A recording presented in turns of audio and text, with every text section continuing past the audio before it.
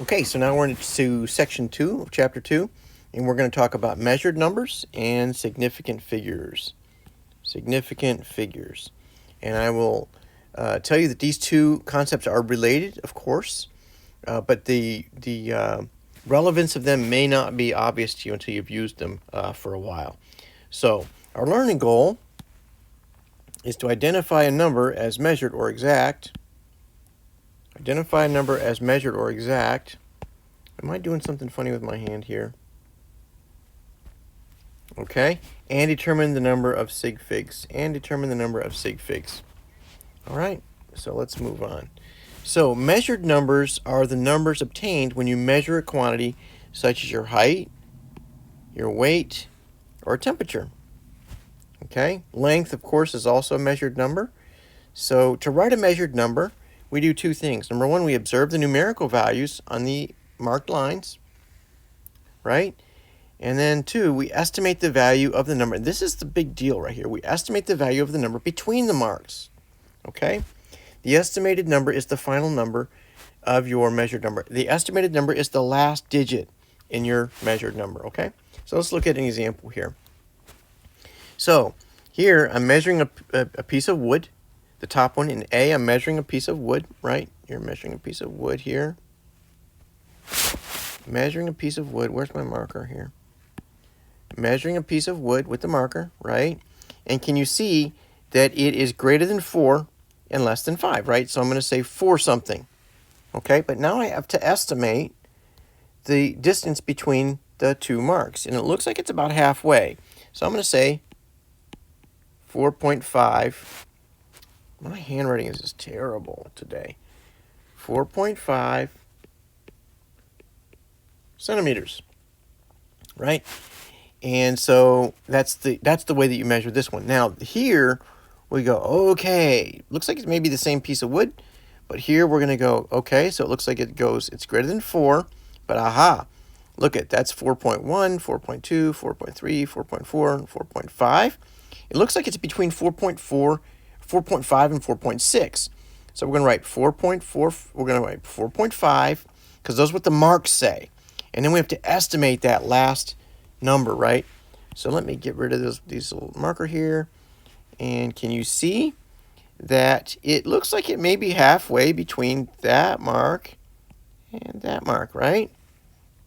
And so we're going to say, all right, well, our last estimated digit is about halfway. So we're going to say 4.55 centimeters. Boom. Awesome. Okay. Now, here's a tricky one. Here, we're going to be tempted to say it's exactly 3. Can you see that? Looks like it's exactly, you may be thinking, oh, that's exactly 3. But if the marks only go to the ones place, you can only estimate to the tenths. Okay? So 3, we know it's closest to 3. Looks like it may be above 3, or maybe right on the 3. So we're going to say 3, right? And it looks like it's not anywhere past 3. And so we're going to say, well, it's 0 past 3. So we're going to call that 3.0 centimeters. All right? So there's a general trend here, and you'll get it eventually. Let me say it now, but it'll make more sense later. And that is that the reported numbers can never be more precise than your instrument allows them to be. So if this apparatus goes to the ones place, our last digit is going to be the tenths, right? This apparatus is to the tenths place, right? So our last digit is going to be to the hundredths, right? We estimate 1 digit on top of that. That'll make more sense as we practice this, okay? So this brings us to our core chemistry skill, counting sig figures. This is a big deal, counting sig figs. In a measured number, the sig figs are all the digits, including the estimated digit. Okay? Sig figs are used to represent the amount of error. This is why it's important. They're used to represent the amount of error associated with a measurement. In other words, how confident is the measurer in the number that's being reported? That's the reason why they're important. Okay? So are all sig figs, they're all non-zero digits, anything that's not 0, and zeros between non-zero digits. Okay? And the significant figures are not zeros that act as placeholders before digits or placeholders at the end of a number, okay? But they are zeros at the end of a decimal number. So these are really the three rules right here. The three rules that we're going to use, okay, in deciding if numbers are significant. Okay, so let's look at this. And this is now sort of broken up into two rules with subparts, okay? A number is a significant figure if it's, number one, not zero, right? Or if it's, can you see that there's no zeros here? Okay, so this one has 2 sig figs. That's got 2 sig figs, right? That one's got 5 sig figs, right? Because there's all zeros. Now look at, here's a zero between, man. Here's a zero between, right? You see that? See the 0 between the 2 and the 5? And so since it's between non-zero digits, therefore it's significant. So that 205 has 3 sig figs, right? Okay. A 0 at the end of a decimal number. So there's a 0 here at the end. So there's 2 sig figs. You see that? Okay. And in the coefficient of a number written in scientific notation. So any number in scientific notation, 5.70, that's going to have 3 sig figs. Okay? So a 0 is not significant if it's just a placeholder. That's really what it comes down to. So any leading zeros here, see those leading zeros? They're not significant. So sort of lost my 4 there, but let's do that. Let's go back here. And can you see that that has got 1 sig fig? Because, man, I'm going to stop complaining, okay? Happy days. You see that? Okay? That's 1 sig fig because all those other zeros are just placeholders. Okay? And the same goes for these zeros down here. Just placeholders. Okay? 2 sig figs. All right, so we're going to practice that a little bit more here. When one or more zeros in a large number are significant, they are shown clearly by writing the number in scientific notation. That completely erases all the issues, right? So, for example, if you have 300, but you know for sure those were the ones that were measured, if you're told there's 2 sig figs here because our measuring stick went to that level of precision, then we would have to signify that those 2 were significant by writing it as 3.0 times 10 to the 2. All right, if I was listening to a professor describe that, it would make no sense to me until I practice sig figs. All right, so if you don't get that, don't worry about it. We got to go practice them, and then that statement will make sense. All right, zeros at the, this is just more hashing out of these rules. Zeros at the end of a large number without a decimal point are not significant. So this number only has 1 sig fig, right? Because these other zeros are just placeholders. This one only has 2 sig figs because the zeros, right, are just placeholders. But non-zeros are always significant. All right, I think you get the point there. So let's move on. Let's do a learning check, and I think we've got one more thing we're going to cover after this learning check. All right, so identify the significant and non-significant zeros in each of the following. Okay, so remember the last rule we learned was, in our list of rules was any zero at the end of a decimal is significant. So that one's significant. But these are just placeholders, so no, they're not significant.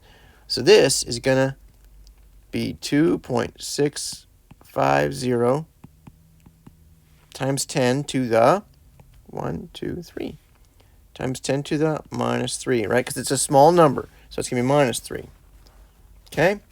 Now this number, that 0 is in between the other two, so it's going to have 5 sig figs. These are all significant because that 0 is in between non-zeros, right? So it's going to be 4.3026 times 10 to the 1.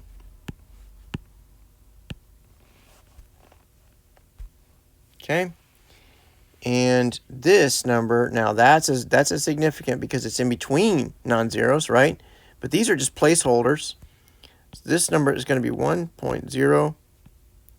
Man, I got to do something about my handwriting. I was not having trouble with this earlier today. Let's try it. 1.044 times 10 to the 1, 2, 3, 4, 5, 6 times 10 to the 6, right? Liters. Okay? That's how we write that last one. All right, I hope that's helpful. We'll have plenty of practice on these, okay? So now exact numbers do not have significant figures, right? If you have 8 cookies or 6 eggs, those numbers are exact. And that is just as precise. Six eggs is the same thing as 6.000000000 eggs, right? You can see this is nonsense. Why is this nonsense? Because you can't have 6.01 eggs, right? So exact numbers are not measured and do not have a limited number of sig figs. They're not used to find the number of sig figs in a calculation, and they are numbers that are obtained by counting instead of measuring. Now, also, exact numbers are definitions that compare 2 units. For example, 4 quarts or 4 cups make 1 quart. Those numbers are exact, right? Because it's a definition. See that? It's a definition. And also definitions in the same measuring system. For example, 1 kilogram equals 1,000 grams. Those numbers are both exact. All right. So examples of exact numbers are 8 donuts, 2 baseballs, 5 capsules, right? Those are exact numbers. And also defined equalities. For example, 1 liter is equal to 1,000 mils. Those are exact, right? 1 foot is equal to 12 inches. Those numbers are exact. I do want to add one thing here, though. There's one definition which doesn't fit anything else. And so I'm going to write it in a different color. Let me go with green. Let me go with that green. Is that good? Going to be good. Let me go with that green. And say that 1 inch is equal to 2.54 centimeters. And these numbers are exact. Yes. So they're exact. And so what that means is this 2.54 doesn't have 3 sig figs. It's exact. So it has an infinite number of sig figs. Okay? This is the one exception that I know of. So I'm just going to put it out right there. It'll come up again later. I'll say I told you so. It'll make more sense after we practice. Okay, so let's finish up this conversation with a learning check. Identify the numbers below as measured, exact, and give the number of sig figs in each measured number, okay? So 3 coins. Can you see that that's an exact number? Okay? And this looks like it's a measured number. And this looks like that's an exact number, right? Both of these are exact because it's definition, right? So the diameter of a circle, and it looks like it's got 1, 2, 3 non-zeros, but there's another one, there's a 0 in between them. So it looks like it's got 4 sig figs. All right. So I hope that's helpful. We'll get lots of practice with this. Hold on to your hats.